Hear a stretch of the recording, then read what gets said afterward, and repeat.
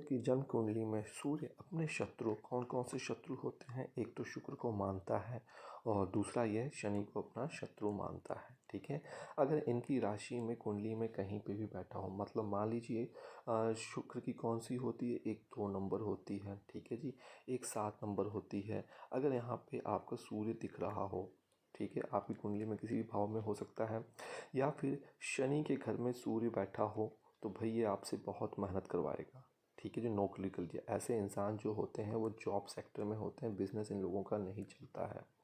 ठीक है जी, बिजनेस करते भी हैं तो उसमें भी इन्हें जॉब की तरह कार्य करना पड़ता है, और थोड़ा सा इनका जो ग्रोथ होती है वो दुखी होते हैं, अक्सर दुखी रहते हैं।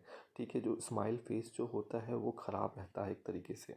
ठीक है, तो आपकी कुंडली में ये कहीं पे भी बैठे हो सकते हैं शुक्र और शनि की राशि में, तो कहीं ना कहीं ये आपको तंग करेंगे, लेकिन अपनी दशा और अंतर्दशा। जातक की कुंडली में चंद्रमा अपने शत्रु, चंद्रमा का शत्रु कौन सा सबसे बड़ा, तो भाई राहु, राहु ग्रहण दोष लगा देता है। ठीक है, और केतु आ गया आपका। ठीक है, और साथ ही साथ इनका बुध के साथ भी बैर का संबंध है।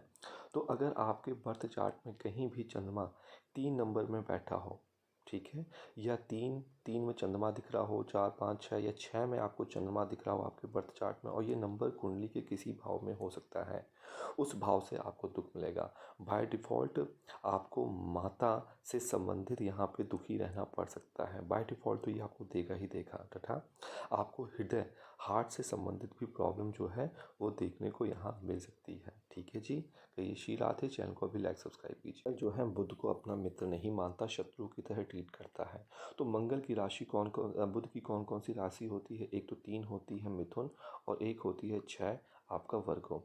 तो अगर आपका मंगल कुंडली के किसी भी भाव में 3 या 6 नंबर की राशि में बैठा हो, तो भाई उससे संबंधित आपको प्रॉब्लम हो सकती है। अगर आपका मंगल जो है कुंडली में 3 और 6 नंबर की राशि में आपके सप्तम भाव में बैठा हो, तो मैरिड लाइफ में प्रॉब्लम होगी, अहंकार होगा। कैरियर वाले भाव में हो तो कैरियर में अहंकार होगा। माता वाले भाव में है तो उनसे आर्गुमेंट वगैरह होगा। आपके दूसरे घर में बैठा हो तीनों राशि में, तो आप पैसे का अहंकार होगा। तो अल्टीमेटली ऐसा इंसान दीन, मलिन, विकलांग तथा व्याकुल रहने वाला होता है। कहिए राधे राधे। चैनल को भी लाइक सब्सक्राइब। सबके साथ बनती, सबके साथ ओके रिपोर्ट है, लेकिन चंद्रमा के साथ इनका थोड़ा सा बैर का संबंध रहता है। तो आपकी कुंडली में चंद्रमा की किसी राशि में 4 नंबर आपके बर्थ चार्ट में कहीं भी लिखा हो, कहीं भी दिख रहा हो, देख लीजिए अपना चार्ट उठा के, और वहाँ पे बुध बैठा हुआ है, तो भाई वह घर जिस चीज़ को रिप्रेजेंट करता है उन्हीं चीज़ से आपको आर्गुमेंट होगी, उन्हीं चीज़ से आप प्रॉब्लम होगी। माता के घर माता से आर्गुमेंट, पिता के घर पिता से आर्गुमेंट, और आपकी कुंडली के सप्तम भाव में तो पत्नी और पति के साथ आर्गुमेंट, आपके पंचम भाव में टीचर के साथ, लव अफेयर के साथ आर्गुमेंट, कुंडली के दसम घर में कैरियर में आर्गुमेंट। तो अल्टीमीन ऐसे केस में ऐसा इंसान जो होता है शॉर्टकट पे विश्वास करता है, अपनी बात से ही काम करवाता है। ठीक है, और वासना इनके अंदर कूट के भरी होता है, हमेशा वासना युक्त बातें ये इंसान करता रहता है। ठीक है, और सामान्य सुख प्राप्त करने वाला इनका जो नेचर वही देखने को मिलता है। कि ये राधे जो बृहस्पति हैं सबके ऊपर आशीर्वाद बना के रखते हैं, लेकिन इनके भी कुछ ग्रहों के साथ मित्रता का संबंध नहीं है, न्यूट्रल कह सकते हैं। इसमें से पहले आते हैं शुक्रदेव, ठीक है, और दूसरे आते हैं आपके बुध देव। ठीक है, एकदम गंदा स्वभाव नहीं है, बुध स्वभाव अच्छा ही है, लेकिन थोड़ा सा यहाँ पे उच्च दे देते हैं। देखिए, शुक्र की 2 राशियाँ होती है, 2 नंबर और 7 नंबर। ठीक है, बुध की 2 राशियाँ होती है, 3 नंबर और 6 नंबर। तो अगर आपकी कुंडली के किसी भी बर्थ चार्ट में ये बैठा होगा, तो आपको ये ओवर कॉन्फिडेंस दे देगा, है ना, कॉन्फिडेंस दिया लेकिन ओवर कॉन्फिडेंस दे दिया, तो ये एक प्रॉब्लम होगी। और जहाँ पर आपका भाग्य भी जो है ये अचानक बहुत ज़्यादा चमका देगा। जब भाग्य चमकाएगा तो आपके मित्र, आपके संबंधी जो है आपसे जेलसी करने लगेंगे।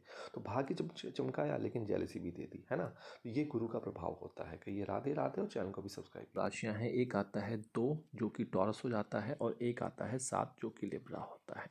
अगर ये शुक्र आपकी कुंडली में, अगर ये शुक्र आपकी कुंडली में या तो 4 नंबर में बैठा हो या फिर 5 नंबर, मतलब कि आपका चंद्रमा या सूर्य की, मान लीजिए आपकी कुंडली में 4 नंबर यहाँ पे लिखा हुआ है और शुक्र यहाँ पर बैठा हुआ है, या फिर 5 नंबर यहाँ लिखा हुआ है, शुक्र यहाँ बैठा हुआ है, इस स्थिति में होता क्या है, तो ऐसे जो लोग होते हैं उन्हें आर्थिक समस्याओं का, भौतिक समस्याओं का पालन करना पड़ता है, ये समस्याएं आती हैं। और ऐसे जो लोग हैं वो दास प्रवृत्ति में बंधे हुए रहते, कहीं ना कहीं जकड़े हुए रहते हैं, कोई ना कोई इनके ऊपर हंटर चला जाता हुआ दिखता है।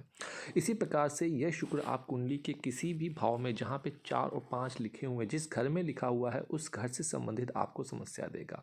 फॉर एग्जाम्पल, अगर आपकी ये पंचम भाव में ऐसी युति बन रही है तो आप अपने अफेयर में एक दास प्रवृत्ति के रूप में रहेंगे। कहिए राधे राधे। चैनल को अभी लाइक सब्सक्राइब। पहला शत्रु होता है वो सूर्य है। सूर्य को ये अपना शत्रु समझते हैं, आप सभी को कहानी पता होगी। उसके बाद जो शनि महाराज जो हैं वो चंद्रमा को भी अपना शत्रु मानते हैं।